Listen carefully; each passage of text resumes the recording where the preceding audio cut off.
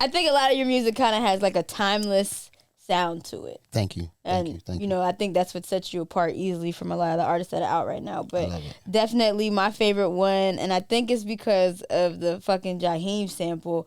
Nobody touches Jaheim these days. Like, I don't know why, but the Liquor Store in the Sky, beautiful. What's crazy is the original song that Jaheim sampled.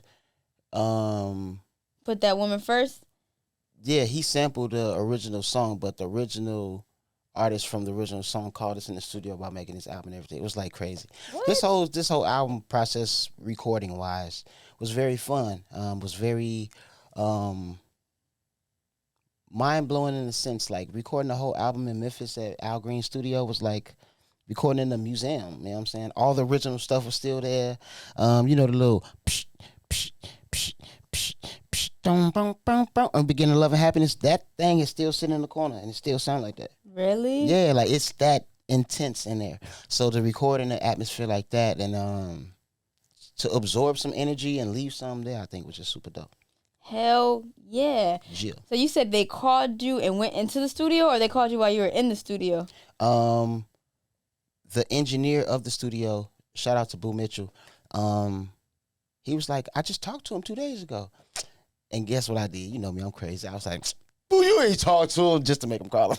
He's like, what? Nobody called him. I was like, it worked. So he called him, we talked to him. We actually filmed the conversation. It was really dope. Just an honor to talk to somebody in real time that inspired you and that's inspiring the actual musical product that you're making at the time. Is like super dope. That is fire. Yeah. So he didn't even hear the record yet? It wasn't out yet? At that time, he hadn't heard it yet. We was just making it that same day. That's ironic as hell. Ain't it, man? That's like when you're doing something right, I think you get signs that's either like that or just remind you that you're doing the right thing. And that was just one of those times for sure. Yeah, absolutely. Okay, so now I want to know more about the recording process. Okay. Because if you're in that type of atmosphere, not that it's pressure, but it's just hella inspiration. So was there anything that you were like picking up while you were out there that you weren't expecting? Yeah, because me, you know, I'm a Sagittarius, so I was just... Yo, you are annoying!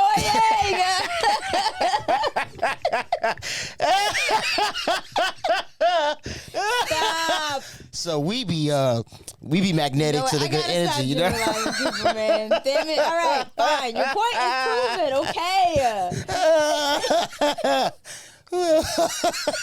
Yo, I thought about that, and I'm just so quick and witty, man. I'm sorry, but the whole process was really, really, really dope. But things that made it unique are the Indications. They're a band, for those that's not familiar with the Indications, they're a soul band of white boys, black boys together, but they embody such a unique energy that it comes out through their music, and it's like out of this world. Yeti brought them into the mix. I bought Charlie Burrell to kind of balance things out. And it just became such an incredible recording phase when we were there. We did like 17 songs in the 5 days. Damn. So it was like really cool. Still did a few more when we came back to LA, but man, called some of our super friends to come rock with us, and we got gravy. I love that. Yeah, thank you. So out of the 17, are all 17 coming out, or did you cut? Nah, we cut some, we replaced some. You know, you still had to go through the process of the finalization of the album, but yeah. Wait, you're still going through the process? Nah, we mixed and mastered. Shoot, I wish I had thank yous to write, but they don't do that no more. No more booklets, baby. So yeah, we done. Maybe you could do a new version of that. Maybe do it on Instagram. Yeah, some people are getting more into physical things though now. I've been into them. Tell them welcome to the party. So why not a vinyl? After they give us something to do later. They don't gotta have it the day of release. Yeah, that's true. They'll give us something to do later. Okay, I'm not mad at it. So are these singles that you've been putting out this year, because you put out a lot of singles, are they going to be on the project or no? Yeah. And honestly, each one of them wasn't necessarily a single. Some was just trying to just let them understand the world and that we're recording in and what it sounds like. Just steps closer to kind of take you into that this whole little vibe of gravy. Mm-hmm. So talk to me about gravy. Like what era is this for you? What you mean? What era is it? Like as far as the inspiration, or yeah? Well, yeah, sure. Why Gravy? Why not? Gravy smothers, covers, it makes everything it's supposed to be on better. Some things that ain't supposed to be on it make better. Keep it juicy. Keep it moist. I like that. That needs to be the tagline. Yo, keeps it juicy. But gravy is the new shit. Like I feel like my pants is gravy. I love my shoes. My shoes is gravy. Shoes is dope. You know what I'm saying? Whatever is dope is gravy. I think it's the rename of soul. Like some people walk soulfully. My whole life is just gravy though. Like I embody it. It's in me, not on me. You know what I'm saying? When did you start running with gravy? Am I late to this? I'm a Sagittarius, so I keep things to myself. I'm over it. I'm actually over it. We're gonna be best friends by the end of this interview. But I think gravy is just so ill, and I feel like soul music has such a old or vintage connotation to it. When Marvin Gaye was big as Future when he first came out, when he was popping, nigga, he was everywhere. And it's hard for people to really understand. You don't that. think of They don't think of it like that, but that's the truth. I would have hate to go up after the Isley Brothers when they was in their prime. God, dog. Hell no. Put me on next week because they were really like that. Like, and I think to not be able to have seen that in real time allow us not to really know the potency of it. But I think if there was a time machine, I'd go back to the 70s for sure. I'm with you on that one. Yeah, I'll go back. I'll hop in right behind you if I'm allowed. Come on, man. You welcome to ride anytime, player. Come on in. We good. All right, cool. What car are you whipping it in?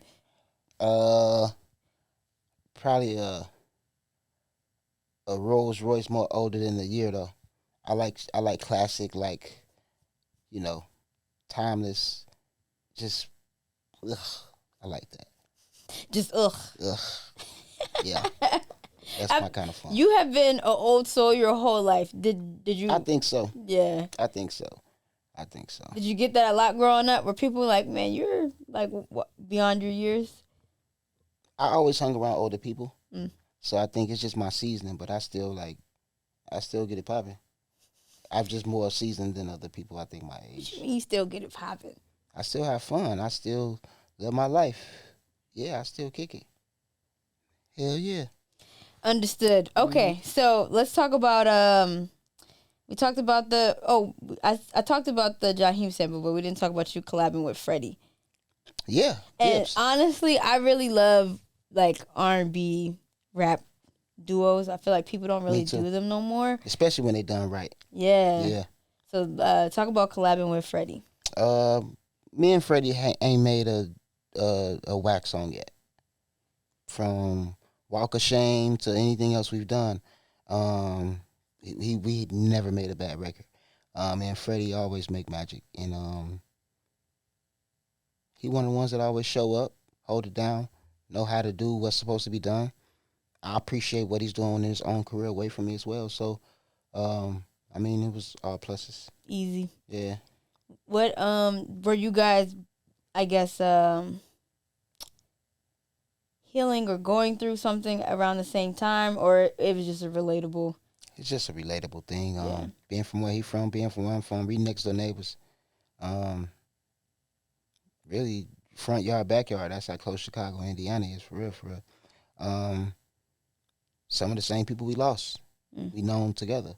The world is that small sometimes, but just trying to get it off our chest a little bit so we can, you know, what's the best way to say it? Live better with the grief, because it never goes away. That's real. I think like what's dope about you, even down to the fact, like I know you're doing the Maxwell tour. It's like you just around all the icons for real. But it's so much noise going on in the world, but your sound and you are still you. How do you keep true to that? I think it's cool enough for you to notice that. A lot of people don't. And sometimes when people don't know it, you got to scream it louder. But who likes really boasting about themselves, or who likes... I don't think you got to scream it louder, though. I think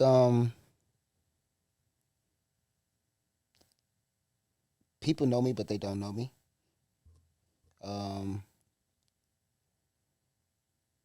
It's a cool thing, and it's a thing that could be worked on. I'll give you an example.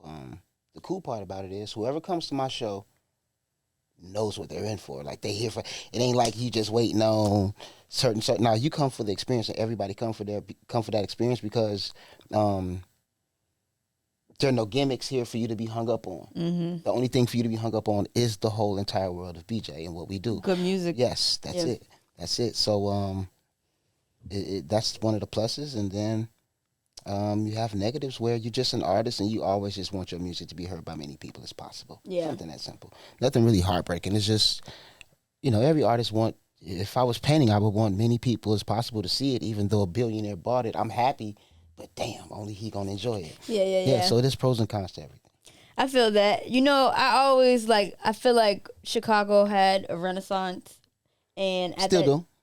You think it's still going? Yeah, it never stopped. You think it's still going? It never stopped. Well, I think y'all had a pinnacle within the renaissance that was going on in Chicago. And with that, though, I feel like none of the artists that were coming out of there really played into gimmicks. Like, it was all talent. That's our sound, though. Like, we don't... Like, the South has a sound. Whether it's the trap hi-hats and the 808s and the whatever else you want to call it, and then it grew and evolved to something else, to other things that we hear now that are very uniquely added to the genre. All we have is our truth, G. Yeah. All we have is our truth. From, go back to Buddy Guy playing the blues, and then go back to,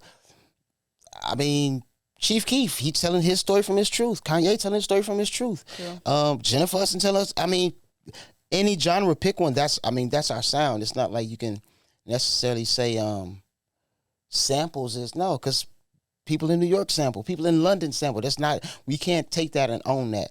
I think our sound is our truth. Like, it's too real to fake it.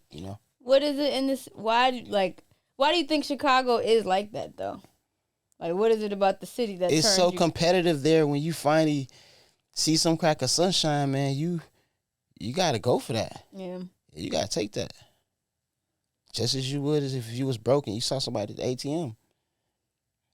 If you're that hungry, that's what they do, But I think you should do the same positive. If you've done that negative, you should actually try to do something positive and go for it with that same amount of intensity or more. Yeah. Give something positive that same shot. No, that's real. Yeah. I like it. Okay, so Gravy's dropping. Are you going to be doing your own tour? Yeah, for sure. Yeah. Next year, yeah. Who you bringing? Oh, and I wanted to know, are you doing any more rap collabs on the project? I don't want to give away everything. Okay. But it's some more fun on there. Okay. There's some more fun on there. Yeah. Do you have a preference? Of? As far as, like, your favorite type of collab records?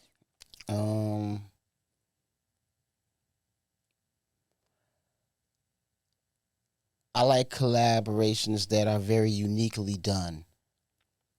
Pattern-wise, how the song is structured. I love uniqueness. I love details that are like, that makes the listener feel like y'all was really in the same room, even if y'all wasn't.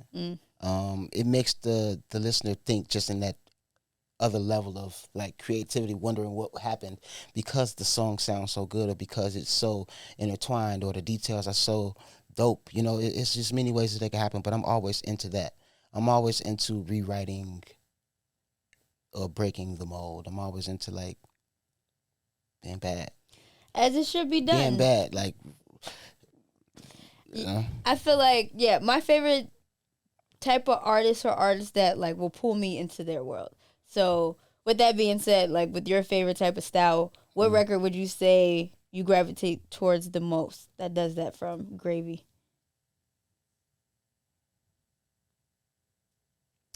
Long Time with Rafael Siddique. I would say. Were y'all in studio together? I can't tell you everything. Oh my God! Come on, that's Rafael. Because I'm a Sagittarius. Oh my God! Yo, you're gonna drag us into the mud. It's another one called Never Change with Philip Bailey from Earth, Wind and Fire. That's like really. That's really like. I've never sounded that good singing backgrounds with anybody ever in my life. I sound like a part of Earth, Wind, and Fire. Really? Yeah, yeah. I'll give you one more, maybe. We'll Be Alright. It's like the last song on there. It's like the outro of the album. We always gonna be alright no matter what happens. And sometimes we just gotta remind ourselves that. Super easy, super simple, but need it. I'm always on top of that. I'm always into that. I'm always I'm always looking at myself in the mirror and trying to, you know what I'm saying? Yeah. I think messaging is important because, at least for like me, when I listen to music, like, because you're pouring your soul into another soul. So I be paying attention to what is, like, what I'm feeding myself, I guess, essentially. But I'm not going to let you not talk about the Rafael Siddique moment because I love me some Raphael, man. Me too, man. And he's his own kind of king musically. He's his own kind of king musically. That's my favorite R&B. He that nigga, man. Yeah. I'm not used to saying that word just on camera like this in very nice, comfortable conversations, but he's that dude, man. Yeah. Period. Point blank. Hands down. All right, so if you're not gonna tell the story, can I ask questions to like dig around it? Nah, I'll tell you a cool Rafael Siddique story, and maybe I could get out of it that way. If it's cool enough, then fine. Yes, go ahead. It's cool as shit. So, back in the day in LA, it was this place called the Temple Bar. And the Temple Bar became the spot that we were regulars at. We performed there all the time. If we weren't performing, our friends were performing. Our night felt like the Super Bowl. Like, you came fitted up. We ain't never seen that fit. We ain't never seen you wear that fit. Yeah, it's that type of thing. Yeah. And we went there to see the homies play one day, and we pulled in the parking lot, and we see this red Ferrari pull up. He's like, and the Temple Bar was a very small place. That's why the energy was so good. The energy was so good. It made that small place like the place to be. Yeah. Nobody lived on that side of town either. So to even be at that place, you came far to get there. Yeah. And we parked the car. We was like, nigga, who is this in this red Ferrari? It's Ray. Ray get out of the car. Boom. Walk inside. I ain't never seen a soul artist drive a Ferrari, a Lamborghini. Like, that's not even like, our brains don't go to that when we think about that style of music. Yeah. That dude showed me, like, he rearranged my thinking just by seeing that car and seeing him drive that car. I thought it was so amazing that somebody loved that style of music and to come from church too and understand the corner. So the crossing the corner, coming to this little bitty old place in this beautiful, beautiful, I'm talking about like perfectly washed. And we like, yo, Ray, what's up? So it was like so cool to see somebody that we knew, somebody that we idolized, not only still come to our clubhouse, but like show us other things can happen more or less than the things we've seen with what we're doing and what our dreams are and what we're going to hear to listen to tonight. It just totally like rearranged everything. It was almost like a rapper seeing Hove hop out in something else. No, for sure. Yeah. So that was like a very, very, very cool moment, but it just like opened our eyes to be like, yo, this ain't it. Like, it's so much more. Yeah. Yeah. So that's it. You can't get no more. I can't tell you because I'm a Sagittarius. Okay, that was a great story. I did enjoy that. See? But can I just ask one more thing? Yeah, what's up? I got you. Okay. With Rafael, because I know he produces, I know he does pen. Like, when you guys collaborated, was he doing both or was he doing one or the other? Can't tell me. He's like, ah. I don't want to get in trouble. But he does everything. He still does everything. Really? And that man is still creative. Did you learn new techniques? I always learn when I'm around him. Even if I'm just a fly on the wall in his session, even if we just talking for 3 hours and he realized he got to go. One day we talked about maybe about 4 or 5 in the morning, just sitting there in the garage, just talking. He's like, he's forever trying to give you game, give you something that can push you forward, something that may, spark the battery in your back. Ray is definitely all for that. He's all for that. That's tough. If he could tell you, he'll tell you. If he can't tell you, he won't tell you. I love that. I love that you even get those type of relationships with people like that. Nah, I hate that I can't exercise him more. I wish I could like be over there at least 2 times a week for sure. Cause you get the stories you never heard, and you be like, "Yo, that's crazy." And then you see he speaks with his emotions, so you could tell like he means what he say. Yeah. So it's really, really, really, really awesome, dude, man. That's a good big brother. I love that. Yeah. Damn, man, good for you. I'm really excited to hear Gravy. Yeah. And thank you. Yeah, and just all the collabs you've done, and just like you've been grinding for so long, and I'm just looking forward to see like what your resume looks like when it's all said and done. That's the exciting part to me too, because I want it to be beautiful. I want it to be colorful. I don't want it to be the same color. I don't want it to be the same shape. I don't want it to be the same size. I want it to just be a beautiful wall of, flowers. Yeah. In all your different stages. Mm-hmm. Yeah. Sagittarius, man. So I take it.